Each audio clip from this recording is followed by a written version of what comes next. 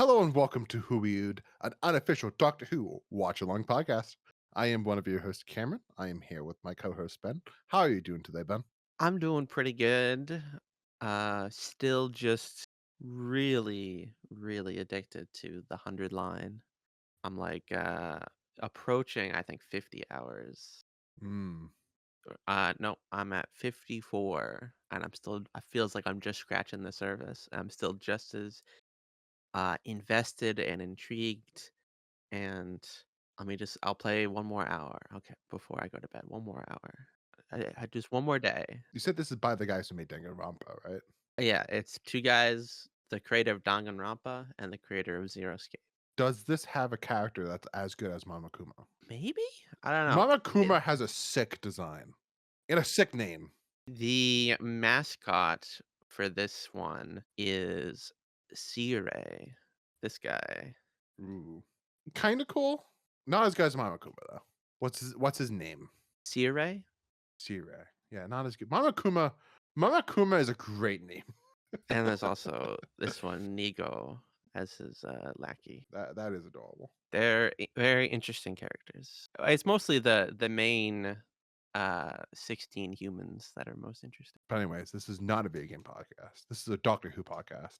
I always feel like we never I want to get better, Ben, about stating the thesis to this podcast. Because I feel like some people watching it might never know, and I say it sometimes throughout the episodes. What's the thesis other than it's a Doctor Who watch along But podcast? also that giving people context of you have not seen anything after this, after Destiny the Daleks. You don't know what's gonna happen next. Well, you know what's gonna happen next is I think you have seen a couple of episodes of City of Death, but you don't know what's happening you don't know what's happened to Davros after this. I've seen spoilers, but as a rule, all I know is seasons 1 through 16 of classic Doctor Who. Because you're watching it in order. Yes, from Unearthly Child forward, watching reconstructions and animations as required, not skipping a single one, no matter how bad it is. And I am a Doctor Who fan that's not that insane, but I am insane enough to have watched it since I was like 8 or 7. So, I've been obsessed with the show ever since, and I have holes in my classic Doctor Who knowledge.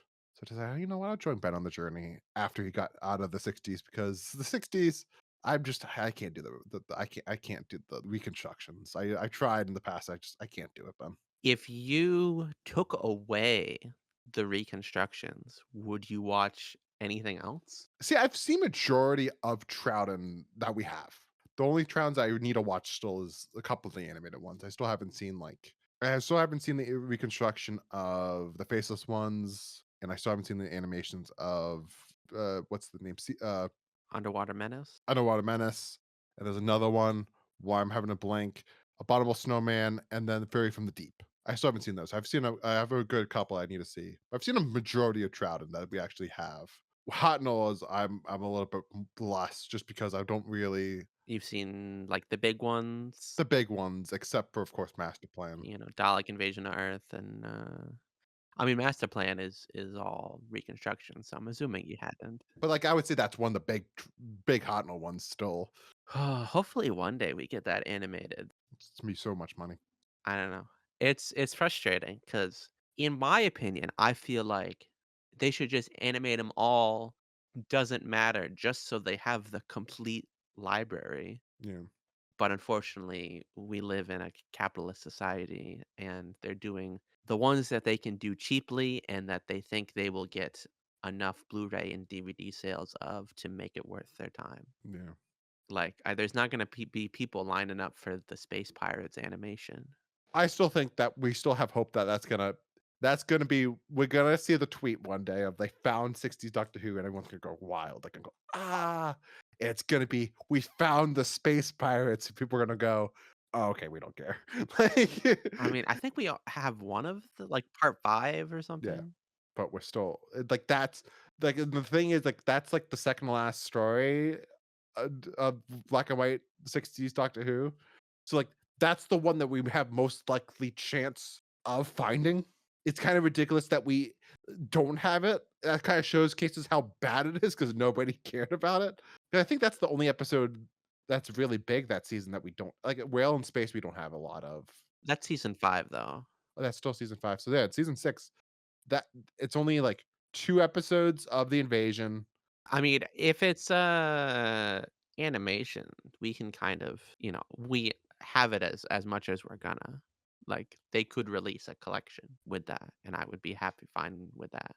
But I feel like no one wants them, but I feel like they should just do it so that they can release a collection.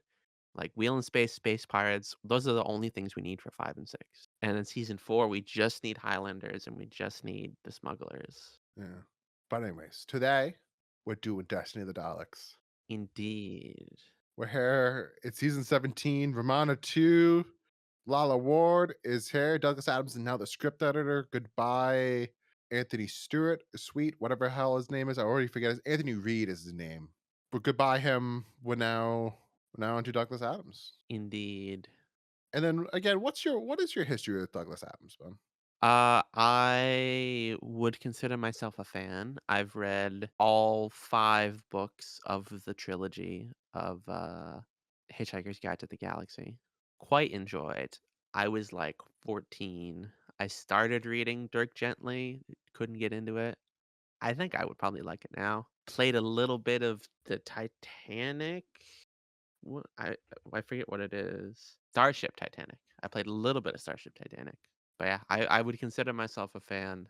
I remember earlier you said you were gonna maybe listen to the radio version of Hitchhikers. Did you ever do that? Listened to the first episode and I enjoyed it, but not enough to be like, oh yeah, I wanted to listen more of this. I don't know, maybe it was just my headspace that day I was listening to it. But I wasn't like most into it. Did you ever listen to it? I have not. I have only read it, the novel. And I've seen the movie, I guess technically, but I don't like the movie. Yeah, I never read any of it, any Douglas Adams. So I definitely always something I always wanted to get into, but never did.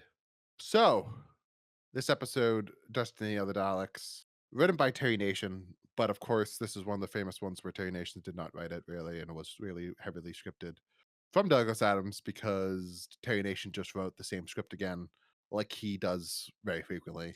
Do you remember, Ben, how many times you just rewrote the Daleks Every time. again and again without coming up with new ideas? Even kind of Genesis is kind of him just remaking the same ideas again. So Douglas Adams rewrote it.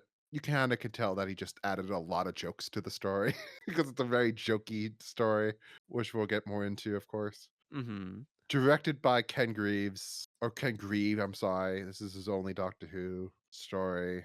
He did a couple of. Oh no, never mind. I just forget about that. And then we still have Graham Williams as the producer. This, of course, is the first of his last season. This was broadcast September 1st to the 22nd of 1979. Uh, Good thing to note that this is the start of the ITV strike. So the viewing figures for this episode is insane. Of course, we will get even more insane next week for City of Death. But this is I don't know if you know this, Ben. This is the highest rated Doctor Who story with the Daleks ever. Episode 4 has a high point of 14.4 million viewers, which Wow. for America is not that high. It's still good. Like American TV nowadays would die for that. I looked it up. Like Britain at that point had like around 50 million people. So you have to think of 1 out of 5 people watched it, or 1 out of 5 homes watched it. So if you think that 2 people to a home or 3 people to a home, everyone everyone in Britain was watching this story, Ben. Wow. Which is why also I think kind of the public perception of Doctor Who was that it was cheap, this cheap show, because like this is not one of the expensive looking episodes, you know? Not really. This wouldn't give uh a good lingering note to what you think Doctor Who is in the decades to come. If this is one of your few episodes that you watched of Doctor Who, because there was nothing else on TV. But anyways, look forward to next week where the ITV streak continues. Yeah, I was kind of peeking ahead. City of Death viewership is very It's high. the highest the show has ever been. Part 4 is 16,000,000. The show will never get that high again. For reference, Ben, the highest the show for the new show has gotten was 13 million for one of the Christmas episodes during David Tennant one. Yeah, But that was only that high because it was on Christmas Day, so you have to imagine there's not a lot of on TV, there's not a lot to watch on Christmas. yeah, and people just have it on in the background, Yeah, and so it's like and you if you're gonna have something on the background in Britain, I would imagine you probably are gonna put on just BBC One. mhm. How the Mighty Have Fallen. I was looking just for fun at, like, season by season breakdown, of Doctor Who, viewing figures. Like, 13th and 15th Doctor viewership is, like, 3,000,000, Yeah. 2,000,000. It's rough, but also, like, it's weird because it's not doing that bad when you consider it's, like even though it's only getting, like, 2 or 3 million people, it's still, like, the number 1 show in Britain that day, or the number 2 show in Britain that day. So it's still showing strong numbers, it's just nobody's watching TV nowadays, or watching TV like that, you know? Yeah. But anyways, Destiny of the Daleks. Ben, let's get into it. What did you think of Destiny of the Daleks? It was, yeah. I really, really like Romana II. There's I mean, maybe I'm biased and I'm thinking ahead to, like, I know she's around a while. I know they get married, but I even here in a story that isn't great, I get this sense of just, like, it just kinda clicks right away. They Yeah. have that instant chemistry that Mary Tam was good. They did not have that kind of, relationship. But as a Dalek story, it's kinda flat. Um, To the sequel to Genesis the Daleks, Ben. yeah, which to start, having a sequel to Genesis of the Daleks doesn't seem to really make sense. Like, Davros and the Daleks did not part per se on good terms. Why are they trying to work together again? I don't know. It seems silly.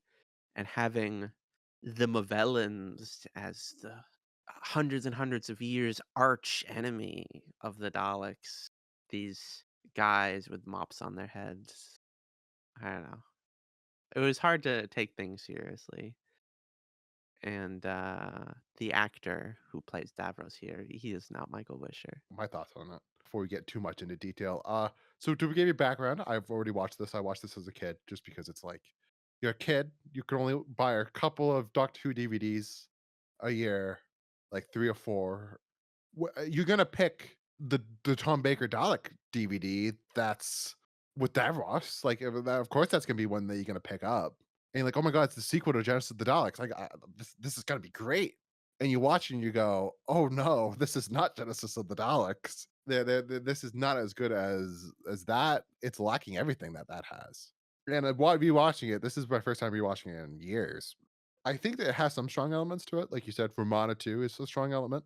I think that the Douglas Adams does do a good job including a lot of great jokes in here. I laughed multiple times at this story. Oh yeah, me too. There's he just kind of it's kind of that thing of just Douglas Adams and the Doctor kind of just fits really well of just the Doctor, especially Tom Baker. Tom Baker can say very funny.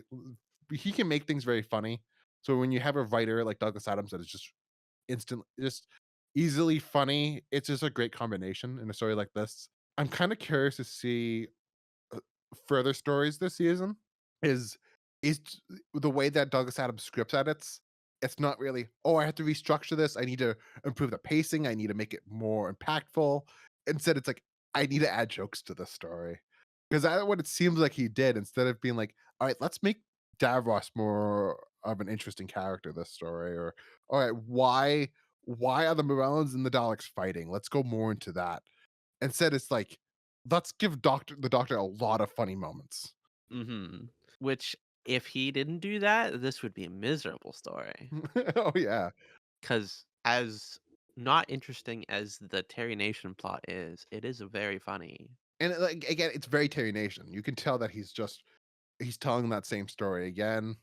It's the you have the Daleks, you have the Doctor, that first part being like, "Oh, it's Skaro!" And then, like, the Daleks have these slave workers, which is very similar to Dalek Invasion of Earth. And then you have them fighting against this other species, which is kind of like the Khalids in a way. And like it's just and you have the slave workers are kind of like the mutants. Like it's just there's a lot of things that he's not adding a lot new here. It's a lot of we've seen this before, even down to like that first part where the Romana to gets sees the Dalek for the first time. It's kind of similar to not Susan, Barbara's encounter with them in the first episode of Yeah. just being back in her corner, being like, "Ah, the Daleks," while she's just kind of wandering, you know. Mhm. But yeah, and like you mentioned, it's Davros is not as strong here. I don't think it's. I feel bad for David Goodison because it's David Goodison, right? I'm not screwing that up. Yep, it's David Yep. Goodison. I feel kind of bad for him because he is not given. He has a lot of disadvantages here. He doesn't have a script that's as good as Genesis. He's also has to wear the same mask that is clearly not fitted for him. It's like a limit. Like Michael Wisher was limited in that mask in Genesis of the Daleks, but in this, he's even more limited because like he basically you don't really see his mouth moving at all this story because the mask is a little bit too big for him. So like his mouth movement is just it's off, you know. Yeah. And also, I feel like the ringulator, I'm probably pronouncing that wrong, but whatever the modulation of his voice, it's not as strong as Michael Wisher's version of it. Like it's sometimes it's there, but then sometimes it's not there, or at least if it's there, it's very faint. So it's just like it's not Davros and Jess of the Daleks is a very threatening, frightening performance that's very big. David Goodison's not giving that type of energy to this role. I mean, it's not quite all on him, I think. Davros in this story is just more helpless. Yeah. He doesn't have all of the collets behind him. Yeah. It's just it's a disappointment. It does get better with Terry Malloy. I'm excited to see what you think of Terry Malloy's version of Davros. He does something different than Michael Worship, but he still very much gives a big performance as Davros. Where David Goodison's performance is just it's not that big, you know. Is Malloy classic? Yeah, he's the next one. He's the '80s Davros for all three of the next ones. Resurrection? Resurrection, Revelation, and Remembrance. So many R's. Yeah, that was like the theme that of the '80s Doctor Who Dalek trilogy. Is it a trilogy? Yeah, I guess one for each doctor. but yeah, what did you think of Tom this episode then? What did you think of Tom Baker's performance and just the Doctor overall? The story. He was great. Very funny. I do really like kind of his half of the interactions with Davros and threatening him with the bomb. I like him getting stuck under the pillar and reading a book. But also, I love the book that he's reading. Did you see what he's reading? It's like the creation of the universe or something like that. And he's just pointing out, "Nah, that's wrong. Nah, that's you didn't get that right," which is very funny. Origins of the Universe by Ulan Khalifid, who apparently is from Hitchhiker's Guide to the Galaxy, is that the author is a character. Cool. But yeah, like I love the moment where like like it's I saw in the behind the scenes video that like he did improvise the line of just like or chain tweaked it to be the "shut up or I'll turn you off" line for to Davros, which is very funny. But like I don't know, I think that there's some moments there that it's fun to see Tom and Davros. Like the Doctor Davros is never bad, but it's just it's lacking that tension that Genesis has. Of course, like you mentioned, that part of that is just because Davros himself is just helpless this episode. But it's just you wish that it had that back and forth that Genesis had, but they're kind of just more like what's going on here? Like why should I care about this scene? Except for like kind of the doctor like uses him to like back off or blow him up type of thing because he knows the Dalek wants to use him as a tool. I think that's very dumb this episode. Let's get into that then. Hmm. What do you think about the Daleks being robots this episode? What do you mean by that? Like, I mean, they refer to them as robots They refer to him as robots, and if I got this story correct, by the people who whole should know that they're not robots. the whole story of this is the Movellans are robots and the Daleks are robots. So they only are thinking like Logically. their reasoning is only like logistically. They don't think of like They don't have no like impulsive thoughts. Yeah. So that's why they need Davros to give them impulsive thoughts.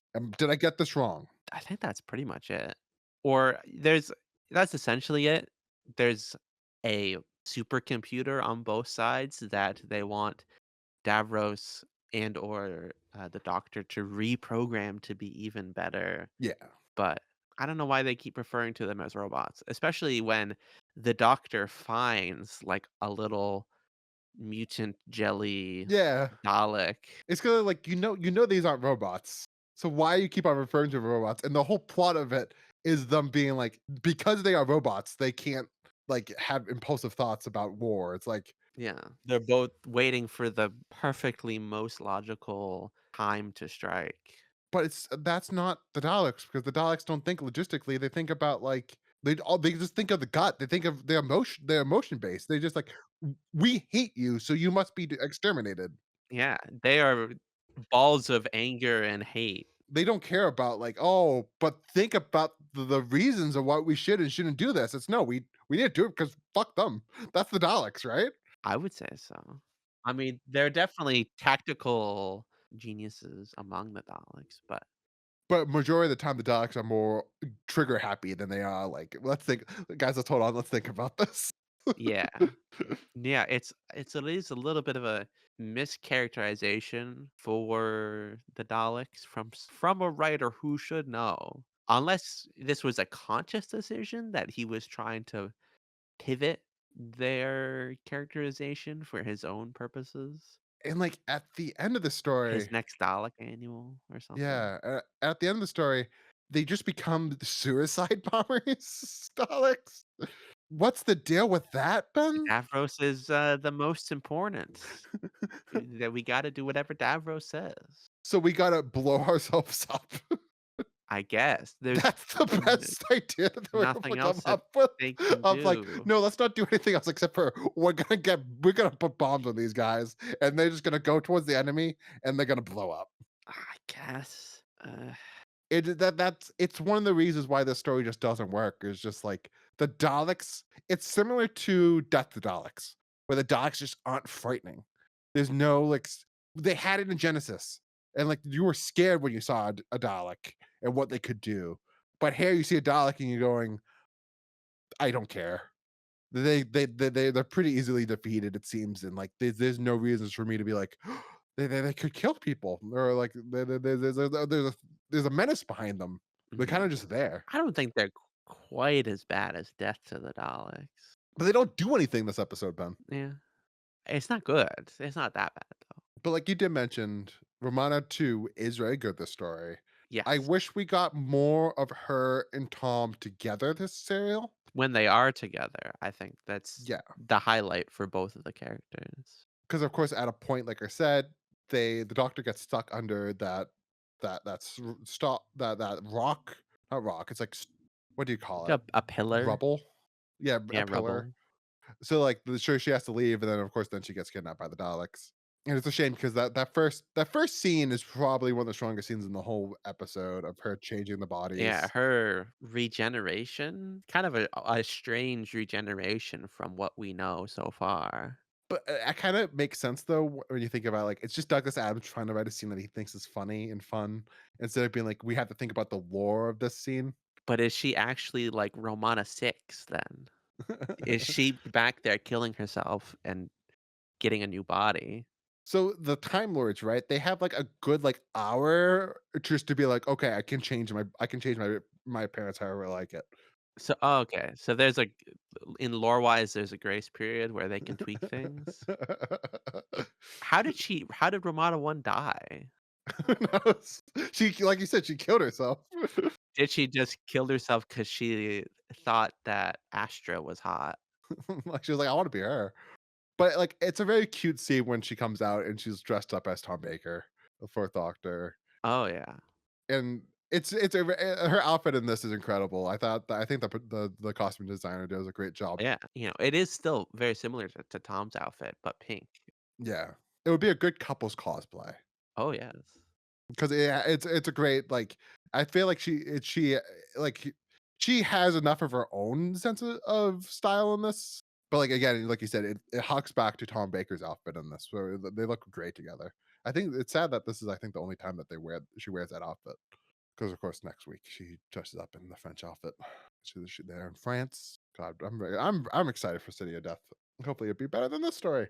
I mean, from what I know, it's you said if Genesis wasn't a 10 out of 10, then City of Death would be. But this is not, sadly. No. Interesting fact is that they shot this Winspet Quarry is where they shot this, Ben. It's a great location, I would say. Kinda a little bit too grassy for Skaro, in my opinion. It doesn't have, like, that, like, battlefield vibes of Skaro and Genesis of the Daleks, Not quite. but it's a good location. It's a cool location, I would say, of, like, the rocks that, like, it looks like a quarry, of course, but, like, the rocks with, like, with all the grass around it and stuff. Mhm. What did you think of the location, man? Yeah, it was good. It was fine. It was a quarry, but as quarries go, it stood out a little bit, it's a little more lively. One of the cool things about this is that actually the show Andor was shot at the same quarry, Oh, really? which you can kinda imagine just because, like, as you saw in this story, they have, like, the places where, like, they were mining inside of it. So, like, there's these, like, caverns that the rebels can be in, you know? Uh-huh. So it looks like it could be a good rebel outpost without no work being done on it. So it's a cool one of the 2 locations that Andor and Doctor share in common. They also share another from the new series, which we'll get to in years from now. But yeah, I guess the Movellans. What do you think of the Movellans, Ben? Not very interesting. It's a little bit silly, one with the hair that looks like a mop, and also they are incredibly dependent on a battery that is on their waist that is very easily detachable. So they can be defeated in about 2 to 3 seconds if you know what to do. And I just don't buy them as the mortal enemies of the Daleks going back centuries Oh, just you wait. that only Davros could defeat. Just you wait for all the big finish stories with the Movellans. I believe it. And also they appear briefly in a cameo in the new series. I won't spoil one, but they do show up in the new series at one point in a brief cameo. Oh boy. But like you said, the design is very much of its time. Like you can buy this. They shot this in 1979. Sure. This does not look like something that would be in the 60s or New Who. It's very much this is the 70s or 80s, mostly late 70s. It looks like. It's definitely cheap looking. But like, yeah, that's one of the problems with the story is that you can kind of tell that like they don't have a lot of budget. Uh, when they have a good amount of location filming for this, but once we get into the studio, it's a very cheap looking sets. I don't know if you noticed that there's just in the shots themselves, there's just film lights. They don't hide them as like any other type of lights. It's just a film light on the set, and it looks awful. I did not notice this. And it's also like if you I don't know how much you remember, but Genesis of the Daleks is extremely well lit. That like the Daleks come out and then like you see the shadow of the Dalek coming, and it's very frightful.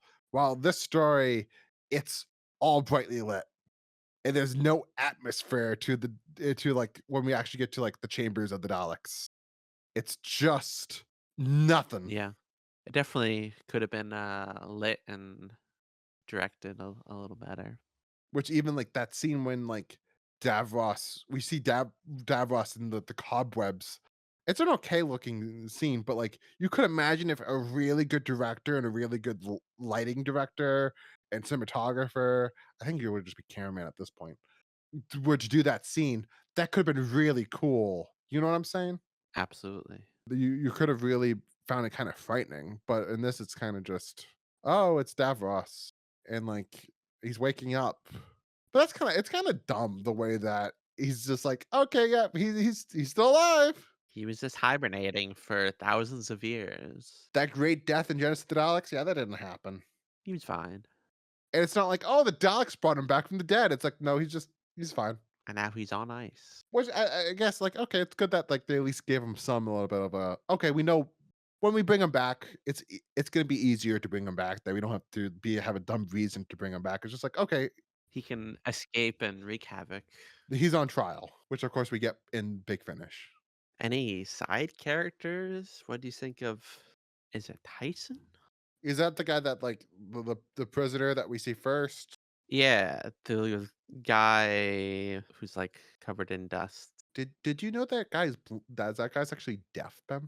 I saw that in a review on Letterboxd, which I would not have known. Yeah, very impressive. He acts well. Do you think the story would have been better if Michael Wisher was in it?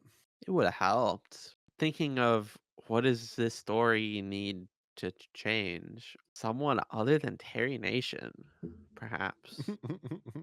Like, the 2 Dalek stories in the '60s that he didn't write were very good. Yeah, of course, that's Evil the Daleks and the Power of the Daleks. Yeah. And he also half co-wrote Master Plan. Mhm. Yeah, and like this, of course, is his last story for Doctor Who. The next two are written by Eric Sayward, and then Ben Ivanovich writes for Remembrance of the Daleks. Is dead by the time the new series comes about. He went off to do. He went for MacGyver. Ben, did you know this? MacGyver? Yeah, I do not know what that is. it's like it's like a bad American TV show. I think the whole premise is the guy is just like a good fixer of anything.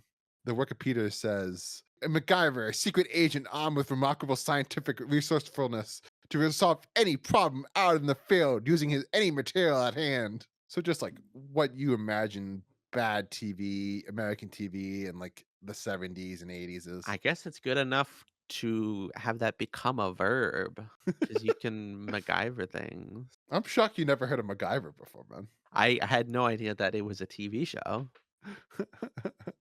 Interesting fact is that, like, it seems like there was a rumor that at one point the Daleks was going to be in Blake 7 because, of course, Terry Nation created Blake 7. Yeah. But then it seemed like Doctor Who got word of that and they were like, oh, actually, we should do a Dalek story then because Daleks are in Doctor Who, not Blake 7. It would have been cool if Blake 7 was actually in Doctor Who and like the Daleks was actually in that, you know? Mhm. Expand the universe, have the universe be a thing in the 1970s. Yeah. Have you watched any Blake 7? I am not. You've said previously you don't want another cheap '70s sci-fi right now, Yeah. but would you wanna watch it at some point and talk At some about point. it? I've said this before as well, but at some point, but not now. What about Survivors? What's the Wikipedia premise of Survivors, Ben?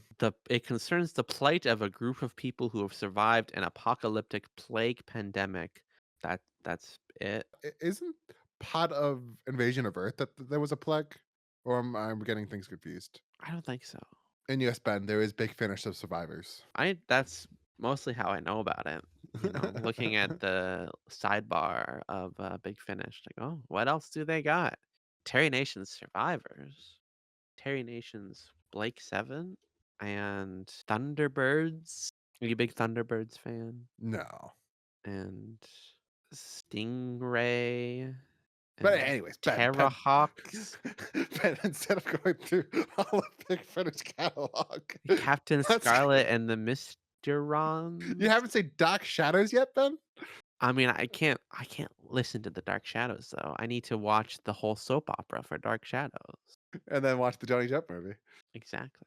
But anyways, Ben, you already mentioned it, kind of. But what? How do you fix this story? How do you fix Destiny of the Daleks? Say, "Get out of here, Terry Nation. I'll do it myself."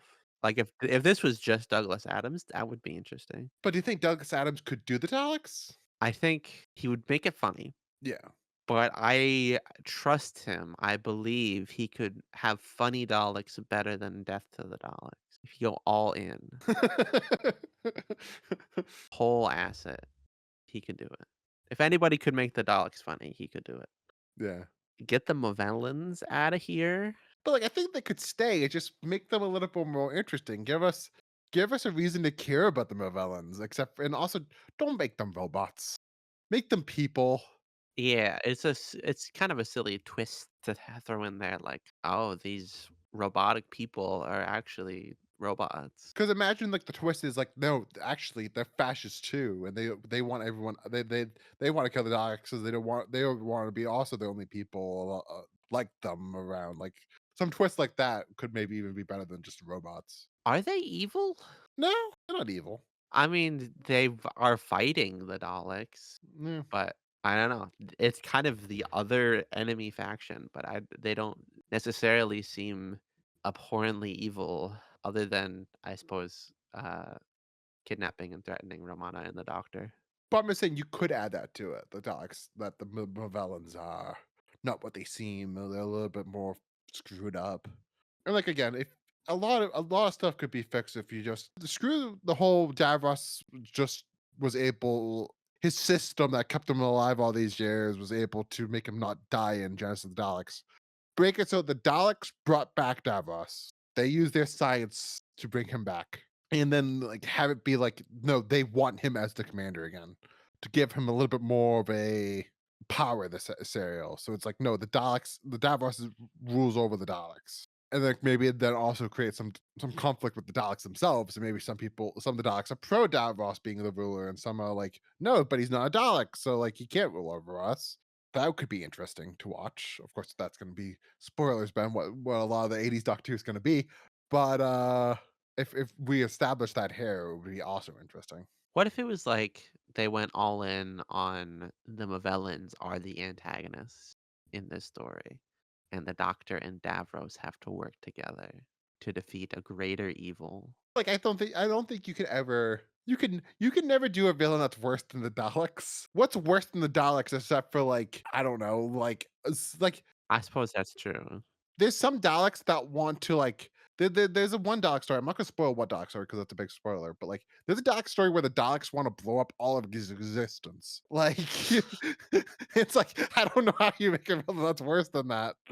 I suppose they are usually the the definitive ultimate evil in the universe, abhorrent beyond measure, cruel for the sake of it. Plus, it's like you have the other side of it. It's like you can't make the Nazis good, because they are just Nazis at the end of the day. That is true. I don't know then. Probably what you said. It's probably like, but like just to go back to what you were saying, it's just a lot of it is just give us a new writer. Terry Nation has clearly used up all of his ideas for the Daleks. We need flesh blood for the Daleks. I think that I'm in the camp that this kind of proves that Robert Holmes had much more involvement in Genesis of the Daleks than maybe some people give him credit for. Because it's so weird to be like, oh no, Terry Nation wrote Genesis of the Daleks and then went to this again. There's something that doesn't add up between Death Yeah. of the Daleks, Genesis of Gen the Daleks, and Destiny of the Daleks. there's definitely a little bit of suspicious Robert Holmes had to have. It's missing that grit that Genesis of the Daleks has. Genesis of the Daleks is really gritty and just like it hates everything. This doesn't have that to it, No. which of course Robert Holmes has in multiple times of his scripts. That you can tell that he writes worlds that just are very like depressing.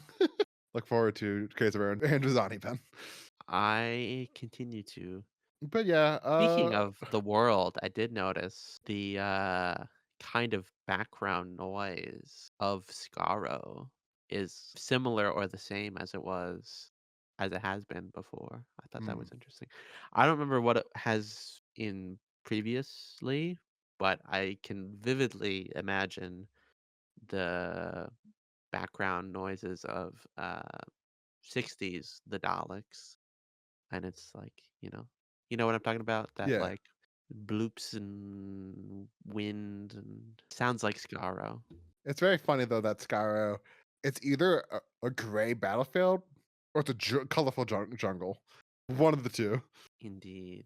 How do you think the Genesis of the Daleks planet turned into the Dalek Skyro, Ben? Is that what happens when you have nuclear war for that many decades? It just turns into a jungle afterwards? I don't know. I mean, presumably the entire planet of Scaro is not a quarry. Presumably there are or were plant life, and the city in the Daleks is not either the Khaled or the Thal Dome. So Yeah. I don't know. There's a little bit of disconnect between the how local is this war Oh yeah, it's Like, like is there only 2 cities on Skaro, and the rest is just quarry and jungle? And the that 2 cities are right next to each other. that war went on for so long that they blew up the whole planet, so it's just them. Were there other cities at one point, or has it always just been Thals and Khalids? Yeah, they just the planet was just fucked to begin with, so they only had a little bit of life and one Pacific region of the planet. So I then, suppose there is some pretty harsh, native plant and wildlife, yeah. like the Varga plants. But sadly, Jess the Docs does not go into this. I mean, sorry, Davros also does not go into this, and that's more just like, oh no, Did he Davros have has a a not fucked good up. a home life? No, yeah, Davros is just Davros did not have a good mother, Ben. That's the whole story about Davros. That Davros was a mama's boy, and Mama was not nice. Poor Davros. So, what's the next thing, Ben? What we do? What's the next question you have? What's the best and worst special effect? Oh, special effect, of course. Best one. Oh, what's the best one this area? This serial. None of the special effects really stand out for bad or worse. I would imagine maybe the best ones are just all the explosions of the docks exploding, just because it's just real explosions. They really can't screw that up, you know. Yeah. Worst ones just being like I would just say the sets of the Daleks like rooms. There's just no Yeah. atmosphere and like design to them. It's just very ugly. One thing that stood out to me, that the Daleks being revealed for the first time, one of them busts through a wall, Yeah. and that wall is not a good wall. It's like a sheet of, like, paper, and the Daleks are, like, pushing it, and it's, like, dragging on the ground, and it just doesn't look elegant. Also, there's a scene in the later part where the Doctor and Romana are removing boulders from the TARDIS, and you can easily tell that they're not boulders, but like Tom is able to do it like pick them up so easily, and that they're just out of like styrofoam. Really quick going back to what does the story need? Would K9 have helped? If according to the TARDIS wiki, John Leeson had laryngitis. If he didn't, would would Terry Nation writing K9 have been good? I don't think I I think honestly, I don't think we never got K9 in the Daleks. What a shame, Ben. He's just stuck in the TARDIS this story. But, like, I feel like it's probably for the best because if the Daleks ran into K9, they would have probably just blown up K9, let's be honest here. Do you think the Dalek one Dalek versus K9, the Dalek would win? Yeah, 1000%. The Dalek would just go, like, "Exterminate, bam!" K9 blown into a million shards, and the Doctor he gets a little sad, but not too sad because he just knows that he can just build another K9 as we established and with K9 Mach 2. Well, But no, but I don't think K9 would have done the story that much. That would have made that much of an improvement to the story. Except for it would be very funny if the Movellans like treated K9 as like a god. that would have been funny. He could have be their Yeah, mastermind. that's what I was just about to say. That would have been so funny. And then the K9's like, Doctor, please help me. He's like, I can't do anything about this K9. You got this. I can totally picture that. Yeah, okay, maybe K9 would have made the story better. Yeah, I want Douglas Adams K9. Was Key? Yeah, he was in Pirate Planet. Yeah. Not memorable though in Pirate Planet. Nah, not really. I guess I want more. I feel like it's a good combo. It could be a good combo. Are you sick of K9 Not really, just because he's not in the stories that much. They barely use K9, Ben. And when they do, they're like, okay, K9's a battery. or a gun? Yeah, he's a battery or a gun, one of the two. Or a I computer. don't know. I k- I honestly I kind of like him. Like I did not care for him. I've come around to like he's good. I he's he's kind of the boy. He's the doctor's best friend. Do you think that he deserves his own spin-off? No. And do you think the Sarah Jane spin-off should be called K9 in Company? We will have to see. We, of course, will be talking about that after our fourth Doctor Very soon. retrospective. Like, we're very close to it, Ben. K9 and Company. A girl's best friend. You're so looking for that Ian Levine soundtrack. Oh boy.